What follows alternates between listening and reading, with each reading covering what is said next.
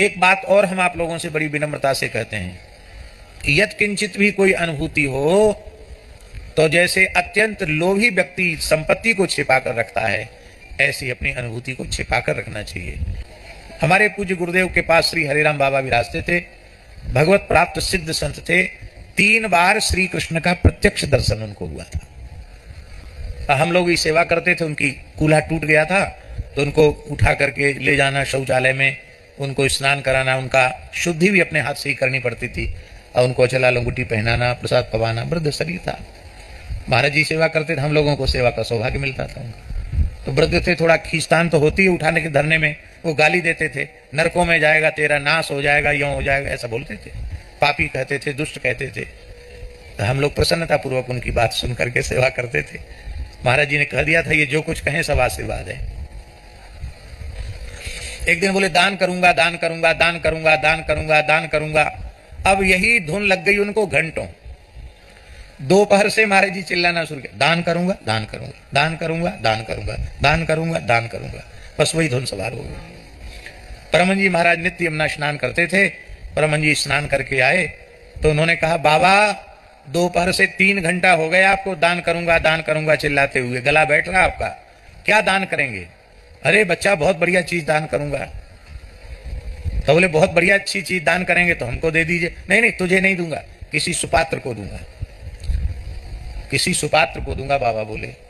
तो हम पीपल के नीचे बैठकर, छत के नीचे बैठ के पढ़ा रहे थे विद्यार्थियों को व्याकरण, और परमहंसी गीले कपड़े में ही हमारे निकट आए और सीधे ही मेरा हाथ पकड़ लिया, चलो चलो पंडित जी चलो, बाबा बहुत बढ़िया चीज दान करना चाहते हैं। अरे मैंने कहा महाराज जी मैं पढ़ा रहा हूं। नहीं नहीं नहीं, पीछे पीछे हाथ पकड़ के ले गए परमहंस जी। तो मैंने कहा बाबा क्या दान करेंगे? ये फटी पुरानी गूदड़ी दान करेंगे, एक डिब्बा में लवशंका करते थे, ये डिब्बा दान करेंगे, कि जहां थूकते हैं वो दान करेंगे, क्या दान करेंगे? नहीं नहीं बच्चा ये सब चीज नहीं, बढ़िया चीज दान करूंगा, लाला संकल्प ला, जल ले हाथ में। तो हमने हंस कर कहा महाराज जी ऐसे ही बिना संकल्प के ही भगवान को साक्षी करके कोई बढ़िया चीज हो तो दे दीजिए। तब तो 2-4 मंत्र बोले, तोतले बोलते थे, गणानान्त्वा गणपते डमडवे हवा महे, ऐसे बोलते थे, अपने ढंग के मंत्र याद थे उनको। तो कुछ मंत्र बोले, भगवान का आवाहन किया, हनुमान जी का आवाहन किया, और बोले मैं हनुमान जी को साक्षी करके बोलता हूँ, भगवान को साक्षी करके बोलता हूँ, मैंने बाल्यकाल से लेकर अब तक जो भी नामस्मरण किया है, भजन किया है, वो संपूर्ण भजन का फल मैं पंडित जी को देता हूँ, मुझे देता हूँ, पंडित को देता हूँ। और मेरे से जाने अनजाने कोई अपराध बन गए हों, हे प्रभु उनका दंड मैं इसी शरीर से भोग करके आपके पास पहुंच जाऊं। परमहंस जी बोले, अरे पंडित जी आपको तो बढ़िया चीज मिल गई, सिद्ध संत ने पूरे जीवन भर के भजन का दान कर दिया। अच्छा हमको ऐसा लगा कि ऐसे कहीं कहने से किसी का भजन किसी को मिल जाता होगा क्या, ऐसा मन में आया। लेकिन चलो बाबा का विनोद है या प्रेम है, जो भी है, हम आ गए, फिर पढ़ाने लगे। लेकिन जैसे ही सायंकाल महाराज जी संध्या में बैठे तो हमको ऐसा अनुभव हुआ कि अब मैं आपको क्या कहूं, हजार संख्या बहुत कमती है, हजारों नाम की ध्वनियां, महामंत्र की ध्वनियां, हजारों ध्वनियां प्रकट हो रही हैं। इतनी जोर का सारा शरीर झंझना रहा है, नामक ध्वनि प्रकट हो रही है कि बाहर किसी का कोई शब्द सुनाई न पड़े, इतनी तेज नामक ध्वनि। एक व्यक्ति नहीं बोल रहा, ऐसे लगते जैसे बड़ी तीव्र अखंड तैल धारावत कोई असंख्य नाम प्रकट हो रहे हैं, ऐसा लगा। और न तो पढ़ने का मन समाप्त हो गया, पढ़ाने का मन समाप्त हो गया, किसी की तरफ देखना अच्छा न लगे, किसी से बोलना अच्छा न लगे, बस ऐसे लगे कि बस ऐसे चुप बैठे रहो और नाम श्रवण करते रहो, ऐसा लगे। महाराज जी ये स्थिति 3 दिन तक रही।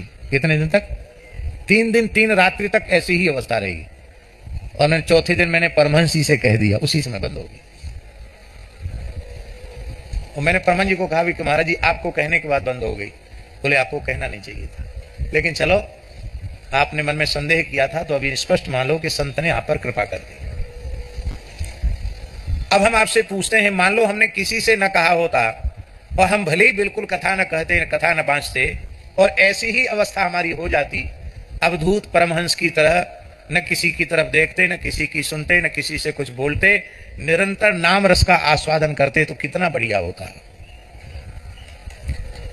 लेकिन अब वह सपना हो गया, अपने पुरुषार्थ से वह संभव नहीं है। लगता है ये सब भगवान को कराना था, इसलिए बस वो एक झलक दिखाई और जय सिया राम। तो आज तक पश्चाताप होता है। और ये बात शायद हमने पहले कभी कही नहीं, पहली बार कही है अपने इतने बड़े जीवन में, पहली बार ये बात मैंने कही है।